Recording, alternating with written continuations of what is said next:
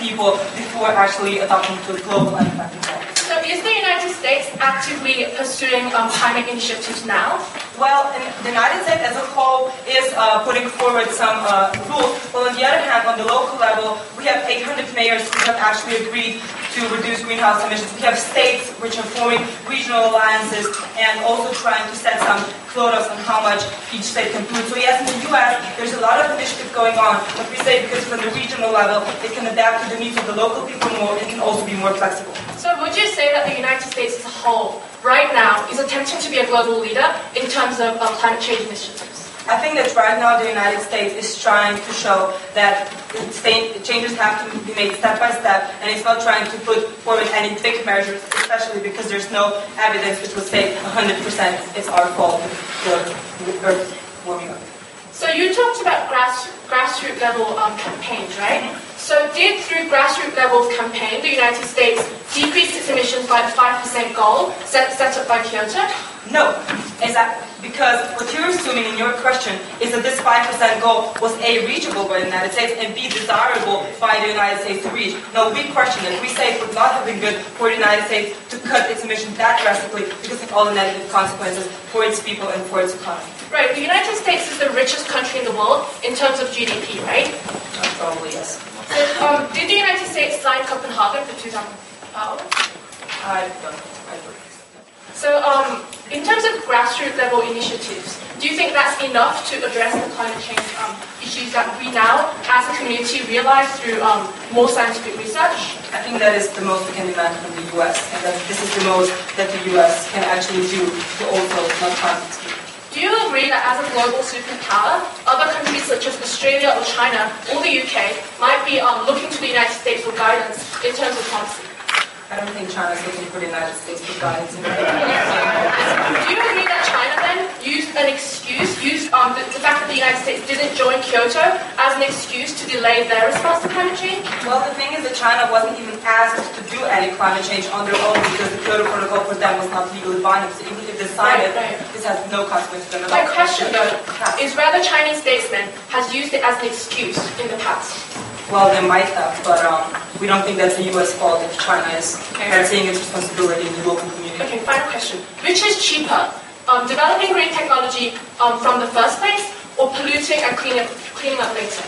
Well, we believe that maybe if we would have developed in the first place, it would have been cheaper to adapt, as for example Germany and Austria have been doing. But what we're saying is, right now, the U.S. cannot go back. Right now, U.S. industry is doing bad. Right now, U.S. industry cannot adapt to it so fast. If it would be detrimental. Well, they have lost the train, but for that, we cannot punish this economy and its people. Thank you.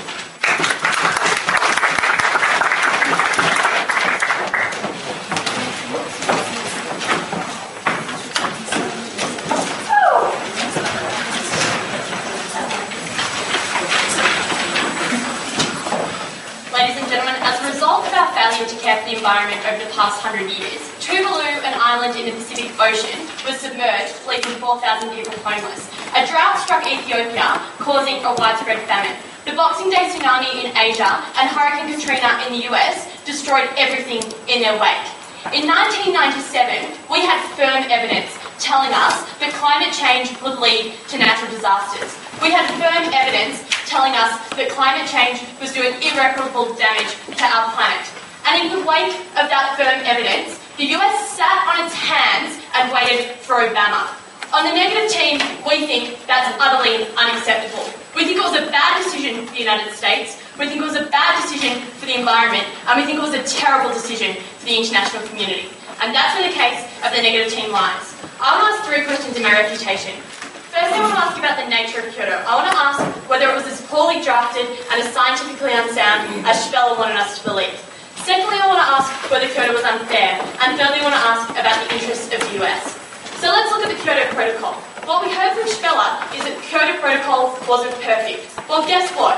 No international treaty is perfect. It's the best we have based on global consensus. Speller told us that we didn't have enough evidence. This isn't a debate about whether or not the US should have taken action in the 1960s or the 1970s. This is a debate about 1997. The evidence was clear in 1997, but moreover, if you look at the Kyoto Protocol, it actually mandated the sharing of evidence. It mandated that state more research into climate change and more research into ways to deal with climate change. So if Spella's concern is that we didn't have very good evidence or very good research into climate change, I suggest that signing the Kyoto Protocol might have been a good way to fix that.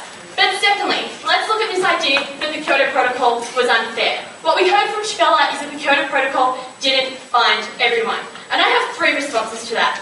First, the very nations that Spella outlined are nations who were bound by phase 2 of Kyoto. So yes, they didn't have to take steps in 1997, but they had to take steps in 2012. Why? Because the types of states that Spella was talking about didn't have the infrastructure to deal with climate change in 1997. China and India were trying to lift millions of people out of poverty in 1997, and the global community accepted that that was a priority. The US wasn't in the same boat. The US was the richest nation in the world. The US had the technology, they had the knowledge, and they had the money to invest in solutions to production that wouldn't emit greenhouse gases in the same way that old methods would. So we say that distinction wasn't arbitrary, it was an important distinction, and it's one we stand by.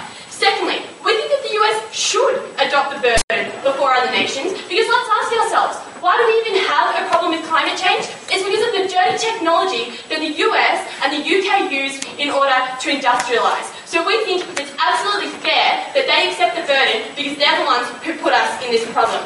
But finally, let's remember, Kyoto isn't asking the US to make a 50% reduction in their greenhouse gases. It's asking for 5% between 1997 and 2012. That's not a lot, ladies and gentlemen. That's a small amount, and we were asking the US to do a small number of things.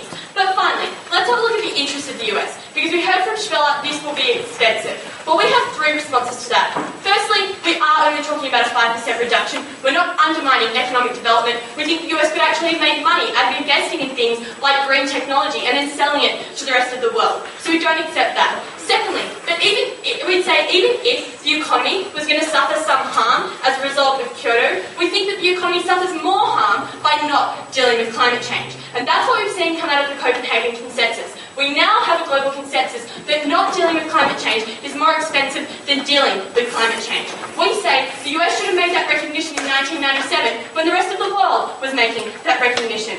But finally, we'd say that US interests are broader than just looking at the US economy. The US lost a lot of friends over not signing, ladies and gentlemen, and when the US went into Iraq as a multilateral action, that was viewed as much worse by bodies like the EU because the US had acted alone or hadn't acted alone on climate change. And we've got evidence for that because the EU sent a very strongly worded and public letter to Bush saying just how angry they were that the US hadn't cooperated in Kyoto. So moving on to my substantive case, we have two arguments. Firstly, we think that the US's revocation of its signature set back the climate change movement. And secondly, we think that it makes the Copenhagen Consensus more difficult to implement now. So let's have a look at delayed action.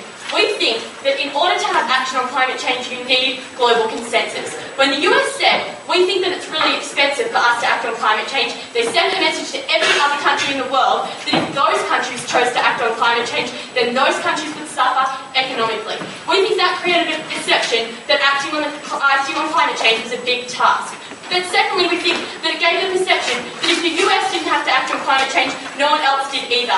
That meant that we had to wait 12 years for global action on climate change, and we think the people of Tuvalu who no longer have their homes might not think that's a very good thing. But secondly, we think that we make our task more difficult now, because Spella told us that the US didn't care about the Copenhagen Consensus, and we say that's absolutely false. Obama is leading the charge in dealing with climate change at the moment, and we think that now there is a global consensus, now that we have the Copenhagen Consensus, we need to ask ourselves whether we're in a very good position to implement it. We say we're in a worse position because we don't have the Kyoto Protocol.